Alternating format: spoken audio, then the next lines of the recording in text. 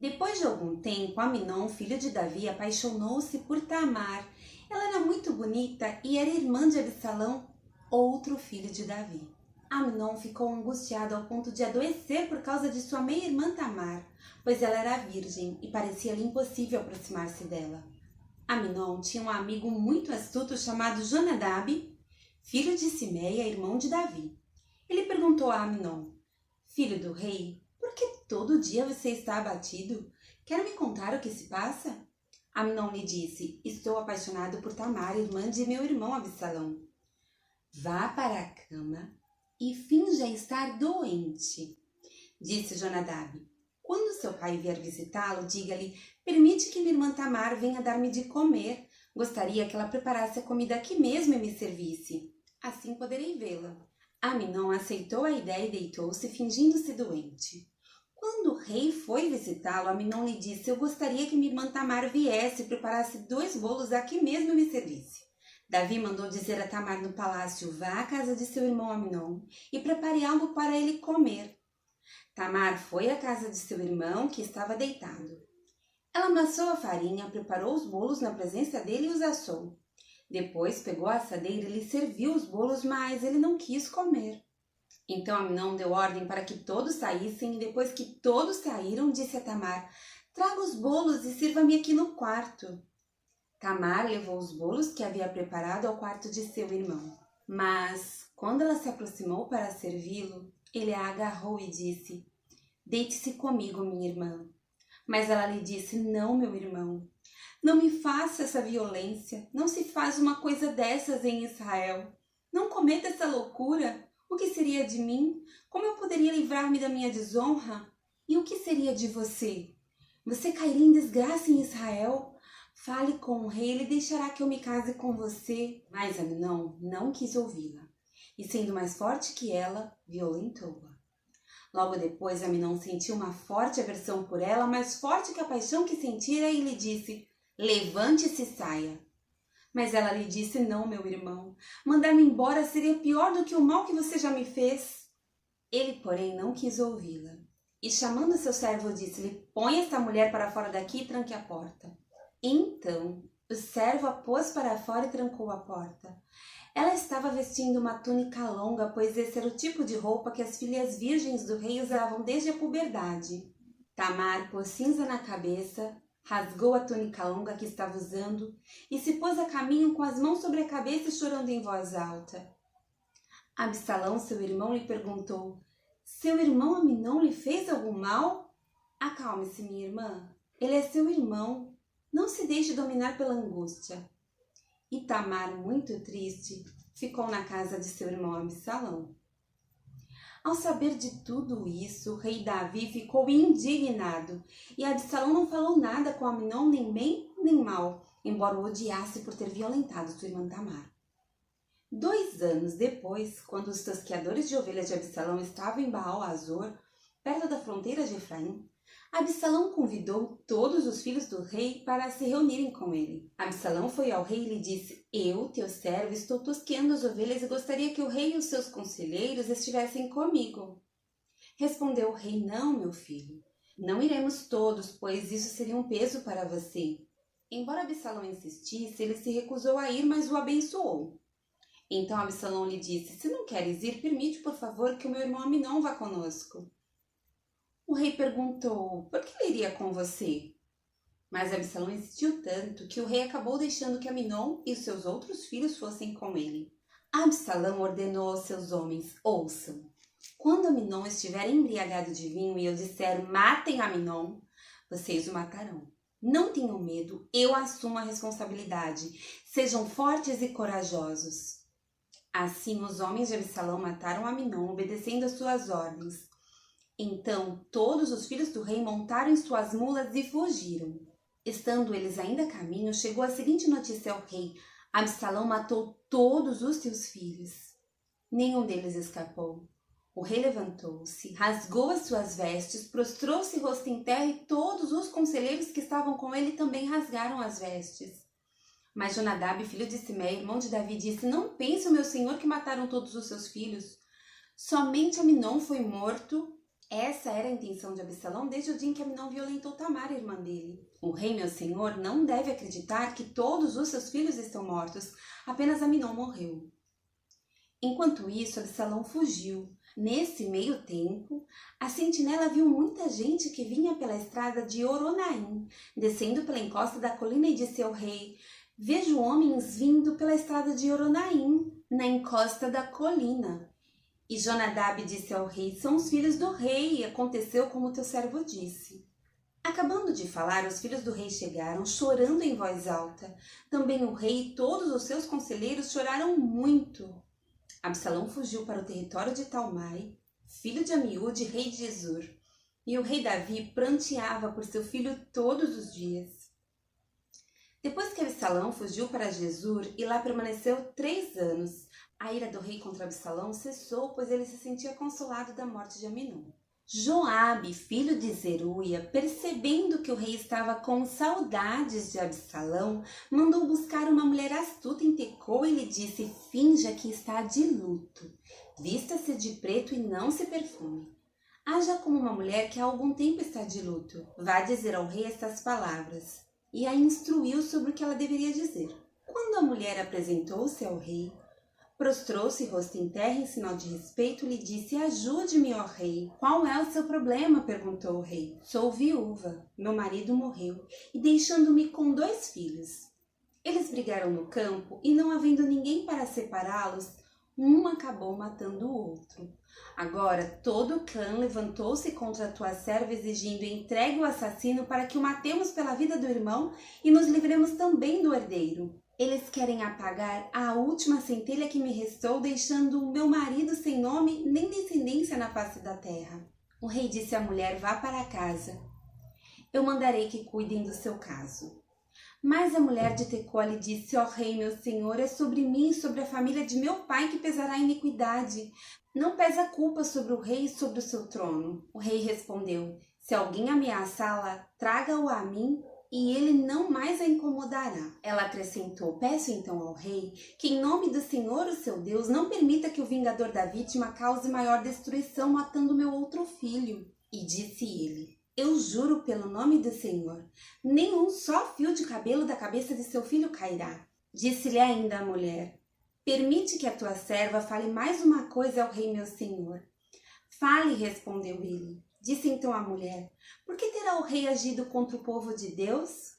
O rei está se condenando com o que acaba de dizer, pois não permite a volta do que foi banido.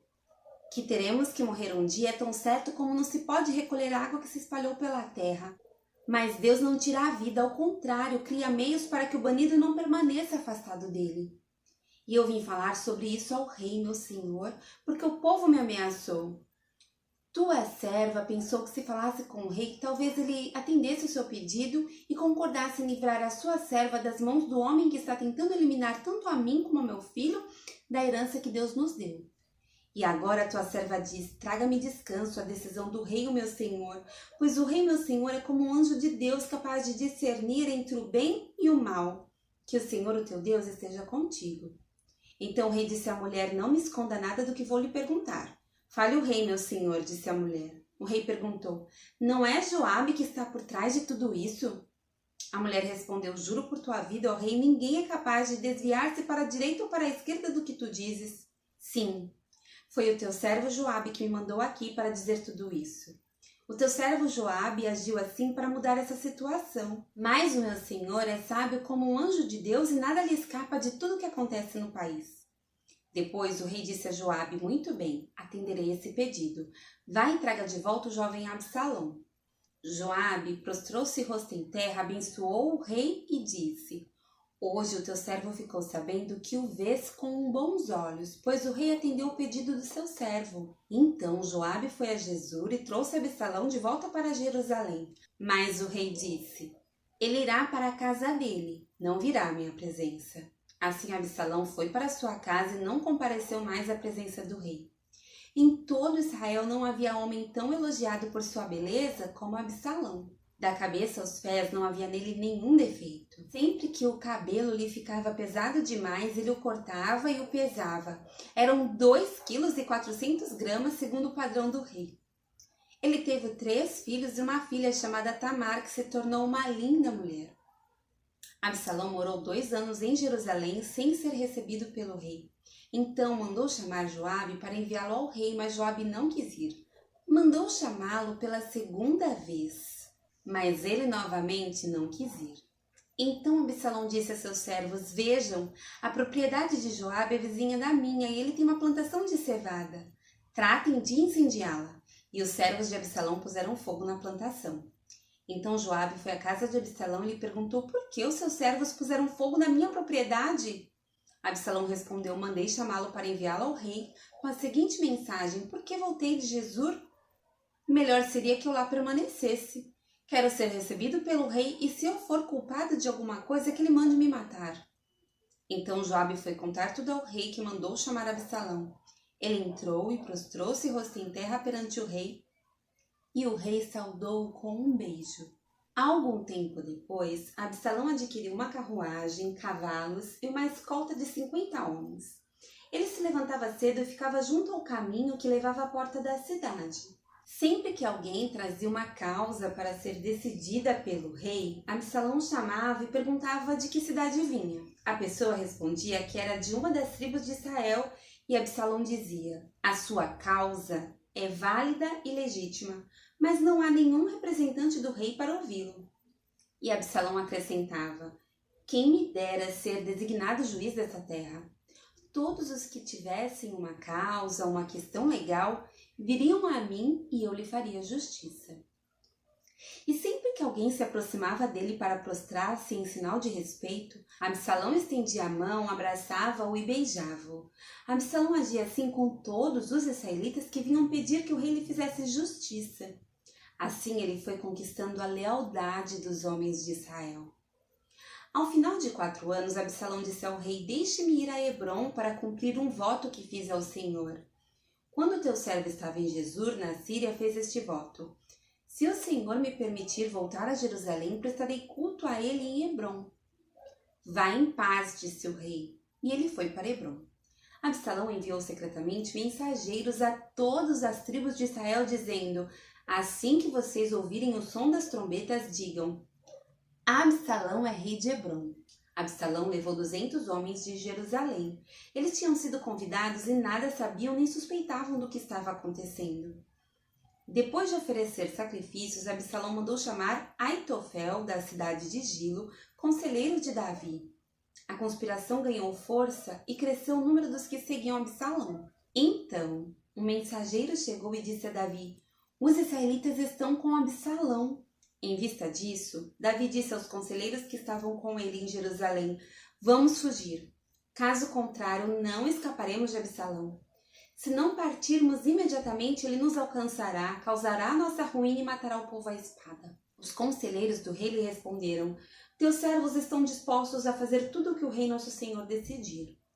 O rei partiu, seguido por todos os da sua família.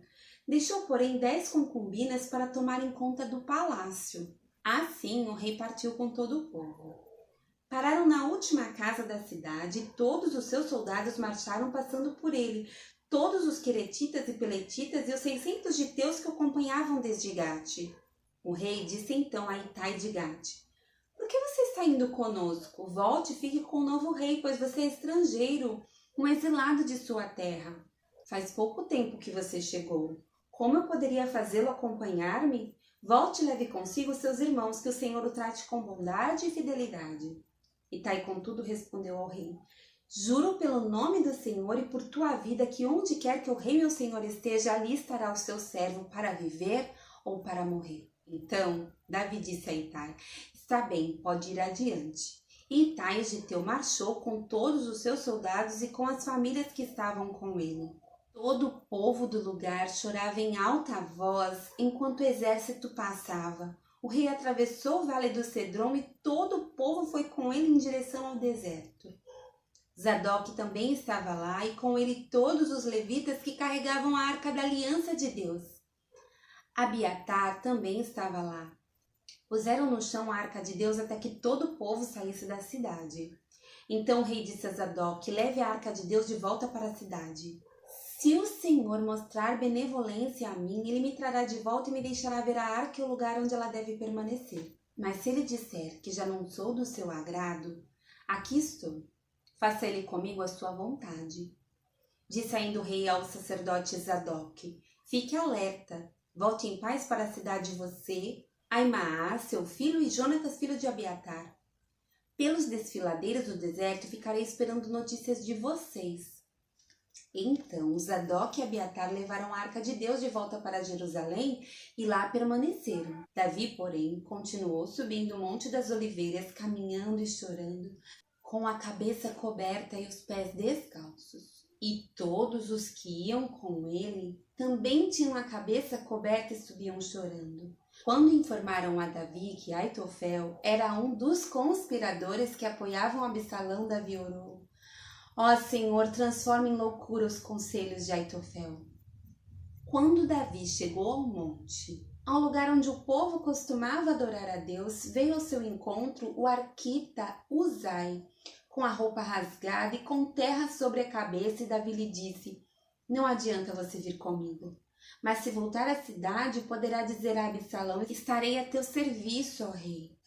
No passado estive a serviço de teu pai, mas agora estarei a teu serviço. Assim você me ajudará, frustrando o conselho de Aitofel. Os sacerdotes Zadok e Abiatar estarão lá com você.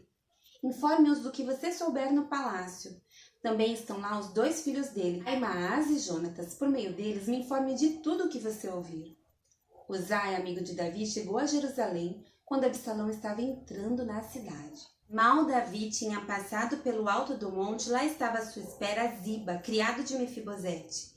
Ele trazia 2 jumentos carregando 200 pães, 100 bolos de uvas passas, 100 frutas da estação e uma vasilha de couro cheia de vinho. O rei perguntou a Ziba: por que você trouxe essas coisas? Ziba respondeu: os jumentos servirão de montaria para a família do rei. Os pães e as frutas são para os homens comerem e o vinho servirá para reanimar os que ficarem exaustos no deserto. Onde está Mefibosete, neto de seu senhor? Perguntou o rei. Respondeu-lhe Ziba: ele ficou em Jerusalém, pois acredita que os israelitas lhe restituirão o reino de seu avô. Então o rei disse a Ziba: tudo o que pertencia a Mefibosete agora é seu. Humildemente me prostro, disse Ziba, que o rei meu senhor agrade-se de mim. Chegando o rei Davi a Baurim, um homem do clã da família de Saul chamado Simei, filho de Gera, saiu da cidade proferindo maldições contra ele. Ele atirava pedras em Davi e em todos os conselheiros do rei, embora todo o exército e a guarda de elite estivessem à direita e à esquerda de Davi. Enquanto amaldiçoava, Simei dizia: saia daqui, assassino, bandido! O Senhor retribuiu a você todo o sangue derramado na família de Saul, em cujo lugar você reinou. O Senhor entregou o reino nas mãos de seu filho Absalão. Você está arruinado porque é um assassino. Então Abisai, filho de Zeruia, disse ao rei: por que este cão morto amaldiçoou o rei, meu senhor? Permite que eu lhe corte a cabeça. Mas o rei disse: que é que vocês têm com isso, filhos de Zeruia? Ele me amaldiçoa porque o Senhor lhe disse que amaldiçoasse Davi. Portanto, quem poderá questioná-lo? Disse então Davi a Abissai e a todos os seus conselheiros: até meu filho, sangue do meu sangue, procura matar-me. Quanto mais esse benjamita, deixe-no em paz, que amaldiçoe, pois foi o Senhor que mandou fazer isso. Talvez o Senhor considere a minha aflição e me retribua com bem a maldição que hoje recebo. Assim Davi e os seus soldados prosseguiram pela estrada enquanto Simei ia pela encosta do monte no lado oposto, amaldiçoando e jogando pedras e terra. O rei e todo o povo que estava com ele chegaram exaustos a seu destino e lá descansaram. Enquanto isso, Absalão e todos os homens de Israel entraram em Jerusalém, e Aitofel estava com eles. Então Uzai, o arquita, amigo de Davi, aproximou-se de Absalão e exclamou: viva o rei! Viva o rei! Mas Absalão disse a Uzai: é essa a lealdade de que você tem para com o seu amigo? Por que você não foi com ele? Respondeu Uzai: não, sou do escolhido do Senhor, deste povo e de todos os israelitas, e com ele permanecerei. Além disso, a quem devo servir? Não deveria eu servir ao filho? Assim como servi a teu pai, também te servirei. Então Absalão disse a Aitofel: dê-nos o seu conselho, o que devemos fazer? Aitofel respondeu: aconselho que tenhas relações com as concubinas de teu pai, que ele deixou para tomar conta do palácio. Então todo Israel ficará sabendo que te tornaste repugnante para teu pai, e todos os que estão contigo se encherão de coragem. E assim armaram uma tenda no terraço do palácio para Absalão, e ele teve relações com as concubinas de seu pai à vista de todo Israel. Naquela época, tanto Davi como Absalão consideravam os conselhos de Aitofel como se fossem a palavra do próprio Deus.